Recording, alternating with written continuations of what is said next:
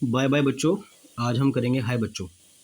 मैं आज आपको हेलो एल्कीन और हेलो एरीन के जितने भी क्वेश्चंस प्रीवियस ईयर में आ चुके हैं उनको एक्सप्लेन करूंगा, बताऊंगा।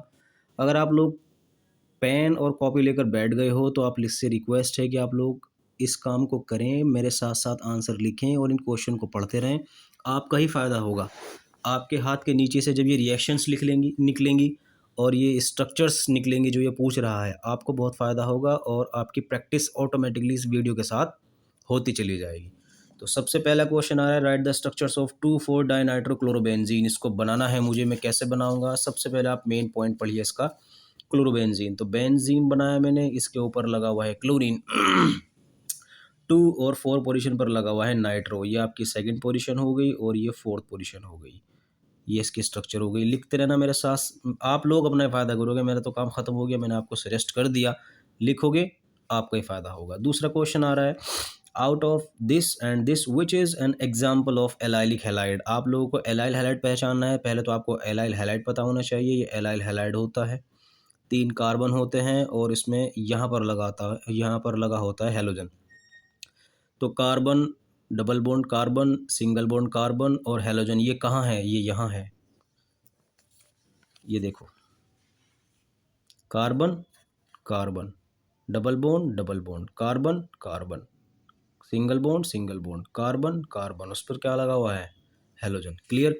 तो ये है आपका एलाइल। तो फिर वो क्या है? वैसे तो उसने पूछा नहीं, लेकिन मैं आपको बता दूं, वो है विनाइल। लेकिन उसने एलाइल पूछा था तो मैंने आपको आंसर दे दिया। नेक्स्ट क्वेश्चन आ रहा है, right the structure of 3 bromo 2 methyl prop 1 ईन। इसको हम कैसे बनाएंगे? सबसे पहले प्रॉप को पकड़िए। मैं तो आपको रफली करके दिखा रहा हूँ, अगर आप लोग मेरे साथ आंसर लिख रहे हैं तो थोड़ा सा अच्छा सा साफ सुथरा सा काम लिख लेना। ये है प्रोपीन, ठीक। 1 पर क्या लग रहा है? ईन। 2 पर क्या लग रहा है? मिथाइल। और 3 पर क्या लग रहा है? ब्रोमो। बाकी आप इसके हाइड्रोजन पूरे कर दीजिए। ये इसका आंसर आ गया। क्लियर? नेक्स्ट क्वेश्चन आ रहा है आपके पास। देखो भाई, जो आईपैक नेम पूछ रहा है ना, वो तो मैं बताऊंगा नहीं। इसका छोटा सा थोड़ा सा बेहतरीन सा मेथड है। आप लोग मेरी वीडियो देखिए, आईपैक सिस्टम या IUPAC system for organic compound. आप उस वीडियो में जाइए, वहाँ पर पूरी ऑर्गेनिक केमिस्ट्री की वीडियो एक्सप्लेन कर दी जाए, पूरी ऑर्गेनिक केमिस्ट्री का आईयूपीएसी एक्सप्लेन कर दी जाएगी। वहाँ से आप बेहतरीन तरीके से याद करके आप इसका नेम लिख सकोगे। इनमें मैं आपको टाइम ख़राब नहीं करूँगा, नापना ना आपका। ये क्वेश्चन आ रहा है, right the structure of the following compound 4 tertiary butyl 3 iodo heptane. सबसे पहले आप लोग बेहतरीन चीज़ देखिए, हेप्टेन। सबसे पहले क्या करना है? हेप्टेन बना देना है। ये हेप्टेन है, 7 कार्बन है और इसकी फोर्थ पोजीशन पर क्या आ रहा है? Tertiary butyl. तो 1 2 3 4, 4 पर है टर्शरी। टर्शरी को ऐसे लिखा जाता है। और ब्यूटाइल बोल रहा है, मैंने 4 कार्बन है, तो एक तो आप लिख चुके, बाकी 3 ऐसे लिख देना। क्लियर? और उसके बाद 3 पर क्या बोल रहा है? आयोडो। तो 1 2 3, ये हो गया आपका आयोडो। देखो एक खिचड़ी सी बन रही है, मैं बार बार बोल रहा हूँ, मेरे साथ नोट्स बना रहे हैं तो अच्छा रहेगा आपका। आप लोग साफ़ सुथरा लिखोगे, मैं तो आपको रफली करा रहा हूँ। ये है CH3, ये है CH2, ये है H, ये है H2, H2, ये है CH3, CH3, CH3, CH3। ठीक है, ये पूरी स्ट्रक्चर बन गई किसकी? 4 टर्शरी ब्यूटाइल 3 आयोडो हेप्टेन। उसके बाद फिर से क्वेश्चन है, स्ट्रक्चर बनाने का। ही है 1 bromo 4 secondary butyl 2 methyl benzene. इसकी स्ट्रक्चर बनानी है तो सबसे पहले आप लोग देखिए, बेंजीन, ये बन गया बेंजीन। बेंजीन की फर्स्ट पोजीशन पर है ब्रोमो, लो भैया लिख दिया ब्रोमो। फोर्थ पोजीशन इसको छोड़ दो भी, 2 पर क्या बोल रहा है? मिथाइल। तो 1 2 2 पर आगे मिथाइल। अब फोर्थ पोजीशन पर देखिए सेकेंडरी ब्यूटाइल। अभी टर्शरी ब्यूटाइल बोला था उसने, जब मैंने आपको स्ट्रक्चर बनाई थी। टर्शरी में ये C का लगना ज़रूरी है। और सेकेंडरी के अंदर कौन सी पोजीशन पर है? 4। तो फोर्थ पोजीशन पर सेकेंडरी ऐसे लिखा जाएगा, ये इससे सेकेंडरी पहचाना जाता है। तो सेकेंडरी में आपका ब्यूटाइल है, 1 कार्बन तो आप लिख चुके। ब्यूटाइल का मतलब होता है 4 कार्बन, तो 1 लिख चुके। बाकी कितने बच गए? 2। उन 2 को आपको यहाँ लगाना, 3 सॉरी, यहाँ लगाना है। लगाना है। और 3 को जब भी आप बनाकर लिखोगे तो एल्काइल बनाकर लिखना। तो इथाइल यहाँ लिख दीजिए, 2 कार्बन फिट हो गए। मिथाइल यहाँ लिख दीजिए, 1 कार्बन फिट हो गया। एल्काइल बनाकर ही लिखना होता है। ये स्ट्रक्चर तैयार हो गई। 1,4 डाइब्रोमो ब्यूट 2 ईन, इसका भी बनाना है तो ब्यूट लिख लीजिए पहले। ये रहा आपके 4 कार्बन। 2 पर क्या बोल रहा है? सॉरी, यहाँ लगेगा, ये ना 2 1 2 3 4। तो 2 पर ईन आ गया। 1 पर क्या बोल रहा है? ब्रोमो। और 4 पर क्या बोल रहा है, ब्रोमो। उसके बाद इसके हाइड्रोजन पूरे कर लीजिए, H2 H, ये इसकी स्ट्रक्चर हो गई। आप लोग साफ साफ बना लेना अगर बना रहे हो तो। अब नेक्स्ट क्वेश्चन है भाई लोगों, मैं आपको एक बात बताना भूल गया, माफ़ी चाहूँगा। आप लोग सबसे पहले इस चैप्टर की वीडियो देखना जो मैंने बनाई है, हेलो एल्केन और hello arenes, methods of preparation and chemical properties, उसको देखना, फिर ये वीडियो देखना, आपको और जल्दी समझ में आ जाएगा। अगर आप ये वीडियो फर्स्ट टाइम देख रहे हो या आपने वो चैप्टर नहीं पढ़ा तो ये आपकी गारंटी है। वैसे मैं कोशिश करूँगा कि जो टॉपिक जहाँ पर आ गया मैं एक्सप्लेन कर दूँ, लेकिन अगर आप मेरी वो वीडियो देख लोगे जिसमें मेरा पूरा निचोड़ दिया इस चैप्टर को, तो आपको बहुत फ़ायदा होगा। ये वीडियो आपको उतनी ही जल्दी समझ में आएगी। तो PCl5 की रिएक्शन इससे हो रही है, रिएक्शन कंप्लीट करानी है, यही क्वेश्चन भी है आपका कि draw the structure of major monohalo product. तो PCl5 की रिएक्शन जब इसके साथ होती है तो आपको पता होना चाहिए कि PCl5 OH को हटा देता है और अपना Cl लगा देता है। इसका आंसर ये आएगा CH2Cl। और आप इसके साथ रिएक्शन करा रहे हो HBr की, तो यहाँ मार्कोनिकोव लग रहा है HBr हमेशा उस कार्बन में अटैच होता है जिस पर हाइड्रोजन कम है और H वहाँ लग जाता है जिस पर हाइड्रोजन ज़्यादा है। तो इसका आंसर क्या आ रहा है ये वाला CH2, यहाँ पर लग जाएगा आपका Br और यहाँ पर लग जाएगा हाइड्रोजन। क्लियर हो गया, ये भी आपको क्वेश्चन का आंसर हो गया। उसके बाद कह रहा है how will you carry out the following conversion. 2 bromopropane से बनाना है 1 ब्रोमोप्रोपेन। देखो ये है 2 ब्रोमोप्रोपेन और ये है 1 ब्रोमोप्रोपेन।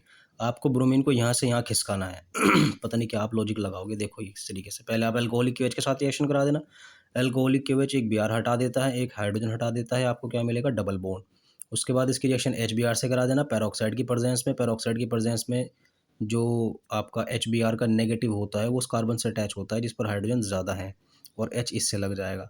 आपका आंसर क्या आ जाएगा, जो आपको चाहिए था। हो गया कन्वर्जन। अब क्वेश्चन कर रहा है बेंजीन टू पैराक्लोरो नाइट्रोबेंजीन। ये है बेंजीन, इससे बनाना है, देखो एक दूसरे से पैरा पोजीशन पर है ना, तो पैराक्लोरो नाइट्रोबेंजीन ये बनाना है इससे। तो आप लोग कैसे बनाओगे, सबसे पहले आप लोग इसका क्या कर दोगे, क्लोरीनेशन। बेंजीन पर क्या आ जाएगा, क्लोरीन, उसके बाद कर देना इसका नाइट्रेशन HNO3। ये आने वाले को भेजता है पैरा पोजीशन पर, तो HNO3 से कौन निकल कर आता है, NO2, वो इसकी पैरा पोजीशन पर जाकर अटैक कर देगा, बन गया। उसके बाद क्वेश्चन आता है complete the following analogy, same molecular formula but different structures. ये तो हो गया a. Non superimposable mirror images, ये है बी। तो ए और बी हैं क्या, क्या ए एक दूसरे के आइसोमर्स हैं जिनका मॉलिक्यूलर फॉर्मूला सेम आ रहा है लेकिन स्ट्रक्चर डिफरेंट, या नॉन सुपर, ये सॉरी, ये आपको ऑप्शन दिए गए हैं, ए ये है, ये है, ये है, ये है, बी ये है, ये है, ये है, ये है, क्या है।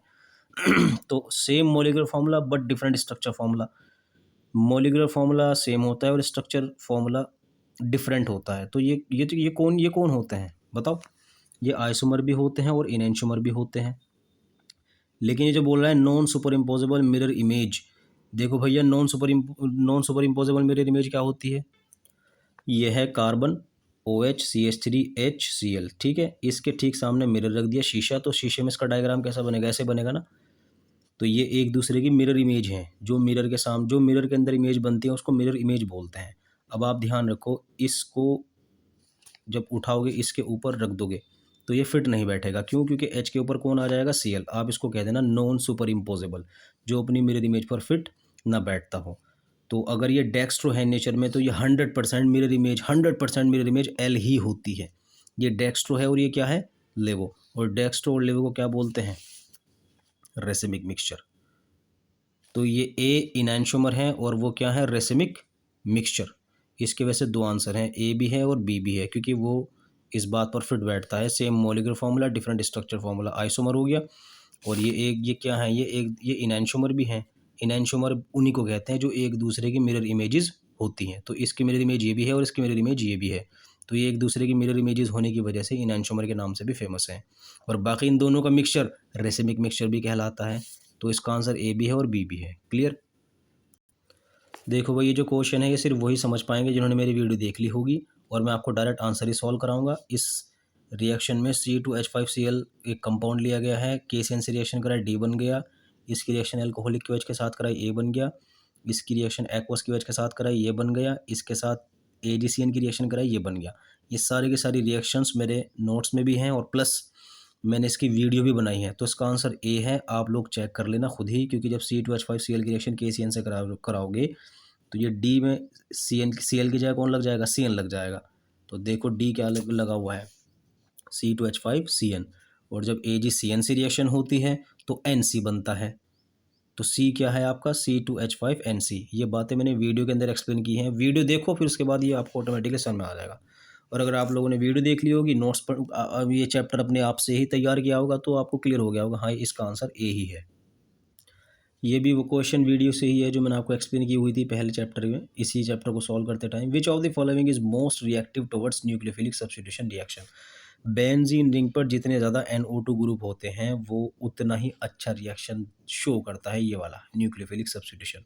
और इसमें NO2 ये लग रहे हैं बहुत सारी पोजीशन पर, तो यहाँ से Cl का हटना क्या हो जाएगा, थोड़ा इजी हो जाएगा। तो इसका आंसर ये है।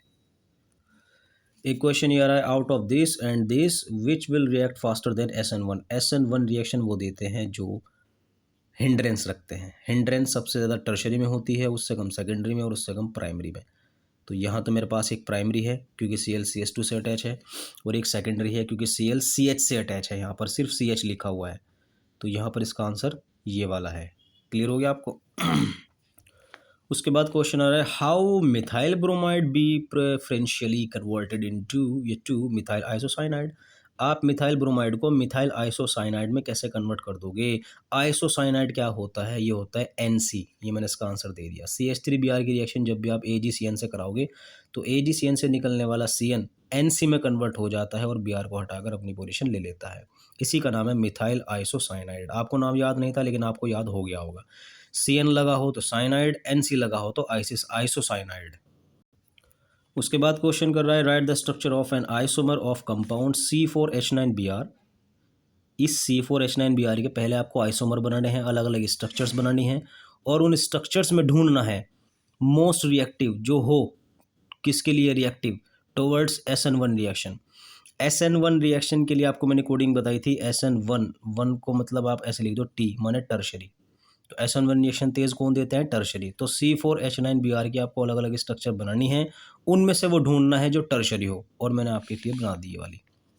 ये है C4H9Br की स्ट्रक्चर, और भी बनेंगी लेकिन मैं यही बनाऊंगा क्योंकि उसने मुझे कहा है कि C4H9Br की वो वाली स्ट्रक्चर बनाओ जो SN1 के लिए मोस्ट रिएक्टिव हो, वो ये वाला है आंसर।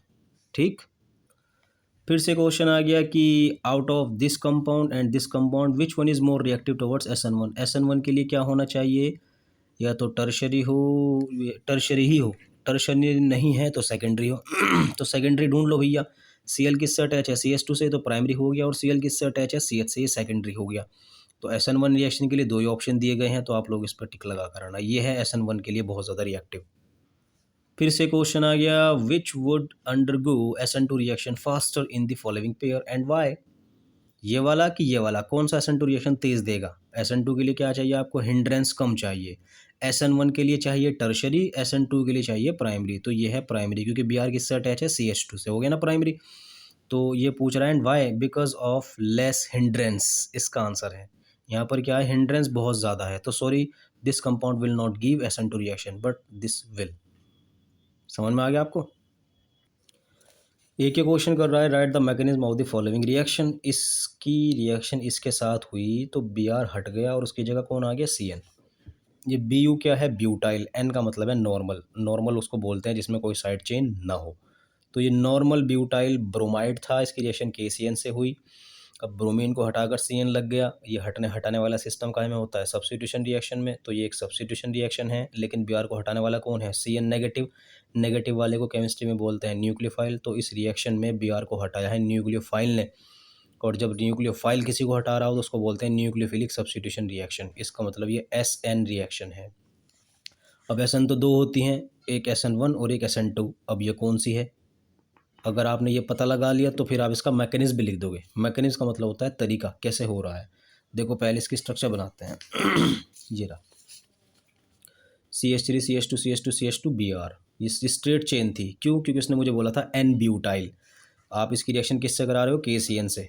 चाहे KCN बोल दो या Cn नेगेटिव बोल दो, क्योंकि मेन तो ये अटैक करेगा, Br को हटाएगा। आप लोग दिमाग लगाओ भी, तो आपको थोड़ी देर पहले पढ़ाता हुआ आ रहा हूँ कि Br किससे अटैच है, CH2 से। तो प्राइमरी हो गया ना। और प्राइमरी वाले कौन सी रिएक्शन देते हैं, SN2। अभी आपको पीछे क्वेश्चन सॉल्व कराया मैंने। तो SN2 को पहचाना कैसे जाता है, SN2 को ऐसे पहचाना जाता है कि इसका आना और इसका निकलना एक साथ होगा।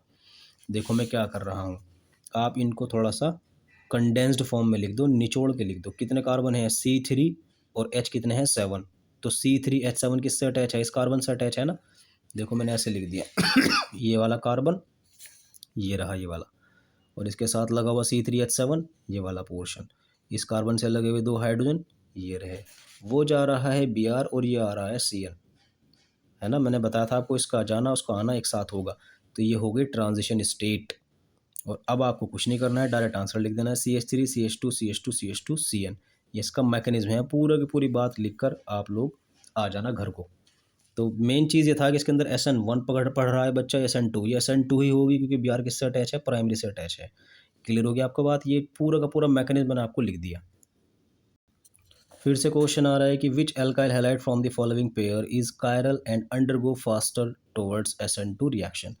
कायरल कंपाउंड कौन होते हैं, जिसके अंदर ऐसा कार्बन हो जिससे सारे के सारे ग्रुप अलग अलग लग रहे हों, वो ये है वाला कार्बन। क्यों, क्योंकि इससे ये एक कार्बन लग रहा है, ये 2 कार्बन लग रहे हैं, और ये Br लग रहा है, और इसके साथ एक हाइड्रोजन भी है। तो ऐसा कार्बन क्या हो जाएगा, कायरल कार्बन। इसका आंसर ये है। उसके बाद बोल रहा है undergo faster towards SN2। SN2 के लिए क्या होना चाहिए, प्राइमरी। और प्राइमरी को कैसे पहचानते हैं, CH2 से। तो Br ऐसे कार्बन से लगा हुआ है जिसके 2 बॉन्ड दिख रहे हैं, एक ये वाला और एक ये वाला। तो इनके बदले आप लोग H2 नहीं लगाने के, यानी यहाँ क्या लगा हुआ है, CH2।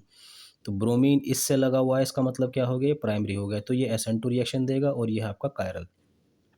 Out of SN1 and SN2 which reaction occurs with inversion. देखो भैया, इन्वर्जन देखने को मिलता है SN2 के अंदर, और रेसेमाइजेशन देखने को मिलता है SN1 के अंदर।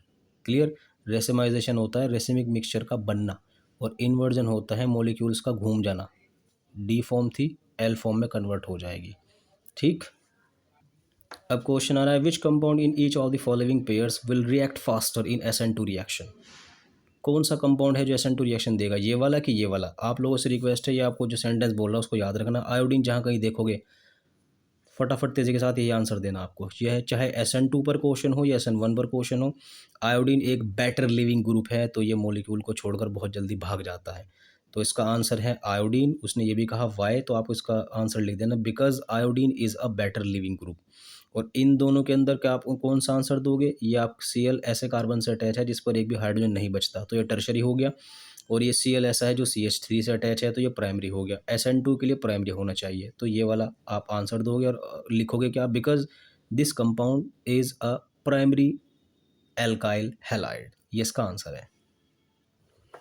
Y Grignard reagent should be prepared under anhydrous condition. Anhydrous मतलब सूखा, जहाँ पर पानी ना हो, मॉइस्चर ना हो। तो ग्रिग्नार्ड रिएजेंट को हमेशा ऐसी कंडीशन में क्यों बनाना चाहिए जो सूखी हो। इसका आंसर है ग्रिग्नार्ड रिएजेंट मॉइस्चर से रिएक्शन कर लेता है।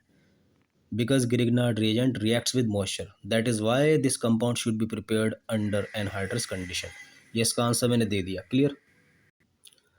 एक क्वेश्चन आ रहा है 2 bromopentane 2 bromo 2 methyl butane 1 bromopentane, इन तीनों की आपको स्ट्रक्चर बनाकर पहचानना है। Right the compound which is most reactive towards SN2 reaction. इन तीनों में से कौन है जो SN2 रिएक्शन देगा, और कौन है जो ऑप्टिकली एक्टिव होगा, और कौन है जो बेहतरीन तरीके से रिएक्शन देगा, बीटा एलिमिनेशन रिएक्शन। तो सबसे पहले जो इनकी स्ट्रक्चर बननी चाहिए ना, वो मैंने आपके सामने बना दी। ये है 2 ब्रोमोपेंटेन, स्ट्रक्चर ये है इसकी, 2 पर क्या लगा हुआ है, ब्रोमो, और ये है पेंटेन। और ये है 2 ब्रोमो 2 मिथाइल ब्यूटेन, स्ट्रक्चर मैंने बना दी। 2 पर ही ब्रोमो है और 2 पर ही क्या है, मिथाइल। उसके बाद है 1 ब्रोमो पेंटेन, ये रहा आपका 1 पर ब्रोमो और 1 पर ब्रोमो है, और पूरा का पूरा क्या है, पेंटेन। तो सबसे पहले है right the compound which is most reactive toward SN2। SN2 के लिए क्या चाहिए आपको, प्राइमरी। और प्राइमरी आपको कई देर से पढ़ाता हुआ आ रहा हूँ, Br CH2 से अटैच है, तो उसका आंसर तो ये आ गया। उसके बाद बोल रहा है right the compound which is optically active. Optically active वो होते हैं जिसमें कायरल कार्बन हो, और कायरल कार्बन वो होते हैं जिसके 4 के 4 ग्रुप्स अलग अलग हों। इसका आंसर है ये वाला। ये पूरे 3 कार्बन एक साइड में हैं, एक कार्बन एक साइड में है, Br एक साइड में है, और ये H भी इसी से लगा हुआ है। तो इस कार्बन के साथ 4 चीज़ें अलग अलग हैं। इसका आंसर ये आ गया। उसके बाद क्वेश्चन कर रहा है right the compound which is most reactive towards beta elimination reaction. इसका आंसर ये है। क्यों और अगर आप लोगों ने सेज़ेफ रूल देखा होगा, तो Br यहाँ से और H यहाँ से निकलेगा, बीच में क्या आ जाएगा, डबल बॉन्ड। तो ये स्टेबल आपको एल्कीन देगा, और स्टेबल एल्कीन देने की वजह से ये बहुत तेज़ी के साथ एलिमिनेशन रिएक्शन शो करेगा। नहीं देखा हो तो सेट-जेफ रूल देख लेना, आपको ये समझ में आ जाएगा। और बाकी ये भी है कि जब ये एक का आंसर हो गया, ये एक का आंसर हो गया, तो जो कुछ बचेगा वो तीसरे से का ही होगा। क्लियर? उसके बाद सेम कंपाउंड पर क्वेश्चन आ गया, arrange the following compounds in increasing order of reactivity towards SN2 displacement. आपको इन तीनों कंपाउंड को SN2 के इंक्रीजिंग ऑर्डर में लगाना है। तो सबसे पहले इनकी स्ट्रक्चर बना लो, मैंने स्ट्रक्चर बना ली ये वाली 2 ब्रोमो 2 मिथाइल ब्यूटेन ये है आपकी पहली स्ट्रक्चर। ठीक, उसके बाद बोल रहा है 1 ब्रोमो पेंटेन, ये होगी दूसरी वाली। उसके बाद क्या कह रहा है 2 ब्रोमो पेंटेन, ये होगी आपकी तीसरी वाली। क्लियर?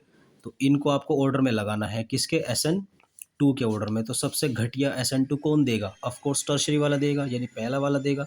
उससे अच्छा कौन देगा? सेकेंडरी वाला देगा। और उससे अच्छा कौन देगा? प्राइमरी वाला, क्योंकि प्राइमरी ही शर्त है SN2 होने के लिए। तो ये मैंने जो 1 3 2 लिखे हैं, आप इनकी जगह स्ट्रक्चर नहीं बल्कि ये पूरे के पूरे नाम लिख देना, अगर आप एग्जाम में इस क्वेश्चन को दोबारा फेस करोगे। अब क्वेश्चन आ रहा है व्हाट हैपन्स व्हेन, क्या होता है जब chlorobenzene is treated with Cl2 in the presence of FeCl3। देखो भाई, जब क्लोरोबेंजीन की रिएक्शन क्लोरीन से कराओगे FeCl3 की प्रेजेंस में, तो ये आने वाले ग्रुप को भेजता है पैरा पोजीशन पर, तो Cl कहाँ चला जाएगा? पैरा पोजीशन पर चला जाएगा। क्लियर? ये आपका आंसर बनेगा। लेकिन उसने बोला ना व्हाट हैपन्स व्हेन तो खाली रिएक्शन से काम नहीं चलेगा, पहले लिखना पैरा डाइक्लोरोबेंजीन या 1,4 डाइक्लोरोबेंजीन इज फॉर्म्ड कहकर नीचे रिएक्शन लिख देना। अब दूसरा क्वेश्चन कर रहा है ethyl chloride is treated with AgNO2। अब क्या होता है जब इसकी रिएक्शन इसके साथ होगी? ये इथाइल क्लोराइड है, AgNO2 के साथ रिएक्शन हुई, Cl को हटा देगा, उसकी जगह NO2 आ जाएगा, ये बन जाएगा नाइट्रो इथेन। तो आप लोग इसका आंसर लिख देना नाइट्रो इथेन इज फॉर्म्ड कहकर नीचे रिएक्शन लिख देना। 2 bromo pentane is treated with alcoholic KOH। ये है आपका 2 ब्रोमो पेंटेन, इसकी रिएक्शन किससे करा रहे हो आप? KOH के साथ, और वो भी कैसा है? एल्कोहलिक। तो Br यहाँ से, H यहाँ से, क्या बन जाएगी आपकी वाली? एल्कीन मेजर बन जाएगी। मेजर माइनर का चक्कर जानना चाहते हो तो सेट-जेफ रूल पढ़ लेना, वहाँ आपको पता लग जाएगा, क्योंकि एक एल्कीन और बनेगी, उसको मैं नहीं लिखूंगा यही लिखनी पड़ेगी क्योंकि ये मेजर है। इसका नाम है 1 2 3 4 5 पेंट 2 इन। तो इसका आंसर लिखा जाएगा पेंट 2 इन इज फॉर्म्ड कहकर ये नीचे रिएक्शन लिख देना। अब क्वेश्चन आएगी right the structural formula of A, B, C and D in the following sequence of reaction. आपको ये रिएक्शन दी गई है, इसमें A, B, C, D छुपा लिया गया है और पूछ रहा है कि इसमें क्या आंसर आना चाहिए। देखो भाई, जब आप इसकी रिएक्शन एल्कोहलिक KOH के साथ कराओगे तो ये क्या करता है? Cl यहाँ से और H यहाँ से, ये तो करता है। तो आपका आंसर आएगा ये वाला CH3 CH double bond CH2। उसके बाद रिएक्शन हुई HBr के साथ पैरोक्साइड की प्रेजेंस में, तो Br कहाँ लग जाएगा? यहाँ पर, और H कहाँ लग जाएगा? यहाँ पर। एंटी मार्गोनिकोव रूल के अकॉर्डिंग यह आपका आंसर आ जाएगा CH3 CH2 CH2 Br। जब आपका यहाँ पर आंसर आ गया, फिर NaI के साथ रिएक्शन हुई, तो जब यहाँ NaI लिखोगे तो आयोडीन ब्रोमीन को हटा देगा, फिंकलस्टाइन रिएक्शन लग गई, तो CH3 CH2 CH2 I बन गया। उसके बाद रिएक्शन हो रही है Mg की ड्राई ईथर की प्रेजेंस में, तो Mg के साथ जब रिएक्शन कराओगे तो Mg इनके बीच में आ जाता है, तो CH3 CH2 CH2 MgI, ये है ग्रिग्नार्ड रिएजेंट। इसके आंसर आप लोग लिख लेना यहाँ पर तमीज़ के साथ, मैं तो आपको रफली बता रहा हूँ। Clear? Illustrate Sandmeyer reaction with the help of a suitable example. पूरी सैंडमायर रिएक्शन लिखनी है आपको यहाँ पर सैंडमायर रिएक्शन मैंने आपको उसी वीडियो में देख लेना जो मैंने आपको एक्सप्लेन कर रखी है हेलोएल्केन वगैरह। ठीक है, बाकी आपको मैं दिखा दूँ। यह है सैंडमायर रिएक्शन। पहले आपको एनालाइन लेना है, HNO2 से रिएक्शन करानी है, पूरा NH2 कन्वर्ट हो जाता है N2Cl में, और उसके बाद Cu2X2 से रिएक्शन चलती है। जो भी आप रिएक्शन करा रहे हो जिसकी, उसका नेगेटिव पार्ट पूरे N2Cl की जगह आ जाता है। तो Cu2X2 का नेगेटिव पार्ट कौन सा? हेलोजन आ गया, तो हेलो एरिन बन गया। एक्चुअली सैंडमायर रिएक्शन एक हेलो एरिन बनाने का तरीका है। तो आपको यही बात यहाँ पर लिखनी है कि Sandmeyer reaction is the method of preparation of haloarene in which the reaction in which the reaction that is involved is written below। ये कहकर नीचे रिएक्शन लिख देना। क्लियर? उसके बाद क्वेश्चन आया कि ethyl iodide undergoes SN2 reaction faster than ethyl bromide, give reason. तो इथाइल आयोडाइड यानी C2H5I ये ज़्यादा तेज़ी के साथ रिएक्शन दे रहा है SN2 किसकी कंपैरिजन में? Ethyl bromide C2H5Br। इसका आंसर मैंने आपको भी थोड़ी देर पहले बताया था, because iodine is a better leaving group. ठीक है, उसके बाद है +-2 ब्यूटेनॉल इज़ ऑप्टिकली इनएक्टिव। देखो भैया, प्लस का मतलब होता है डेक्स्ट्रो, माइनस का मतलब होता है लेवो, लेकिन ये दोनों फॉर्म एक ही जगह आ गई। डेक्स्ट्रो PPL को राइट साइड रोटेट करता है और लेवो PPL को लेफ्ट साइड रोटेट कर देता है। तो +-2 butanol is a racemic mixture, that is why this is optically inactive, ये इसका आंसर है। उसके बाद है C X bond length in halobenzene is smaller than C X bond length in C H three X. X को मैंने benzene के साथ लगा दिया, ये वाली बॉन्ड लेंथ कम होती है, और यहाँ एक्स को सी एच थ्री के साथ लगा दिया, ये वाली बॉन्ड लेंथ ज़्यादा होती है। बॉन्ड लेंथ इसकी इसलिए कम होती है क्योंकि यहाँ डबल बॉन्ड कैरेक्टर होता है। मैंने आपको कई बार पढ़ाया और आप लोग जानते भी होंगे कि बेंजीन और उसके ऊपर लगे ग्रुप के बीच सिंगल बॉन्ड एक धोखा है, धोखा है, धोखा है। जब आप इसकी रेजोनेटिव स्ट्रक्चर बनाते हो तो बीच में डबल बॉन्ड आ जाता है, और डबल बॉन्ड सिंगल बॉन्ड से शॉर्टर होता है। तो इसका आंसर है because of partial double bond character in halobenzene. ये आपका आंसर निकल गया। क्लियर। फिर क्वेश्चन आता है गिव रीजंस, फिर से आपको रीजन बताना है। N butyl bromide has higher boiling point than tertiary butyl bromide. देखो भैया, इसमें ब्रांचिंग होती है, इसमें ब्रांचिंग नहीं होती, और आपको पता होना चाहिए कि ब्रांचिंग आने पर बॉइलिंग पॉइंट कम हो जाता है। तो n butyl bromide has higher boiling point because it has no branch. Racemic mixture is optically inactive, इसका आंसर देना है। क्यों? जैसे आपको मैंने ऊपर बताया था ना कि ये रेसिमिक मिक्सचर है, इसलिए क्या है, ऑप्टिकली इनएक्टिव है। अब क्वेश्चन है कि रेसिमिक मिक्सचर ऑप्टिकली इनएक्टिव क्यों होता है? Because the half portion of racemic mixture is dextro rotatory in nature and half of it is levo rotatory in nature. Racemic mixture का हाफ पोर्शन दाई तरफ यानी लेफ्ट साइड राइट साइड घुमाता है PPL को, और half portion left side rotate करता है। तो आधा पोर्शन राइट रोटेट कर रहा है, आधा पोर्शन लेफ्ट रोटेट कर रहा है, तो पीपीएल कहीं घूम नहीं पाती। इसी वजह से क्या होता है, ऑप्टिकली इनएक्टिव। फिर क्वेश्चन आ रहा है the presence of nitro group यानी NO2 at ortho and para position increases the reactivity of haloarene towards nucleophilic substitution reaction. क्यों NO2 ग्रुप, क्यों NO2 ग्रुप NO2 ऑर्थो पर और पैरा पोजीशन पर लगकर ही इस पूरे कंपाउंड को ज़्यादा रिएक्टिव बना देता है? ये इसका क्वेश्चन है। इसका आंसर यही है कि जो इलेक्ट्रॉन डेंसिटी होती है वो बेंजीन रिंग पर ऑर्थो और पैरा पोजीशन पर ही प्रेजेंट होती है, और अगर आप बेंजीन रिंग को रिएक्टिव बनाना चाहते हो तो इन नेगेटिव चार्ज को कम करना पड़ेगा, और नेगेटिव चार्ज को कम करने के लिए हम उस पोजीशन पर NO2 लगाते हैं जहां पर नेगेटिव चार्ज होकर गुजर रहा है रेजोनेटिक स्ट्रक्चर के अंदर। NO2 इलेक्ट्रॉन विड्रॉइंग ग्रुप है, जहां कहीं ये इलेक्ट्रॉन को देखता है उसको खींच लेता है, और बेंजीन रिंग पर ऑर्थो और पैरा पोजीशन पर ही नेगेटिव चार्ज देखने को मिलता है अगर पहले से ही हैलोजन लगा हुआ हो तो इलेक्ट्रॉन डेंसिटी इन पर पोजीशन पर प्रेजेंट होती है, इसी वजह से NO2 ग्रुप का इफेक्ट भी इन्हीं पोजीशन पर देखने को ज़्यादा मिलता है। तो इसका आंसर है because electron density is present only at ortho and para position in haloarene, that is why. कहकर पूरा का पूरा सेंटेंस कॉपी कर लेना। क्लियर हो गया आपको? अब क्वेश्चन आ रहा है identify the chiral molecule in the following pair. इनमें कायरल मॉलिक्यूल पहचानना है। कायरल होता है जिसके अंदर कायरल कार्बन हो, तो कायरल कार्बन किसके अंदर देखने को मिलेगा आपको? इसके अंदर मिलेगा। क्यों? क्योंकि कायरल कार्बन वो होता है जिसके 4 के 4 ग्रुप्स अलग अलग हों। तो ये पूरा ग्रुप अलग हो गया, ये पूरा ग्रुप अलग हो गया, ये पूरा ग्रुप अलग हो गया, और इस कार्बन पर एक हाइड्रोजन भी लगा हुआ है।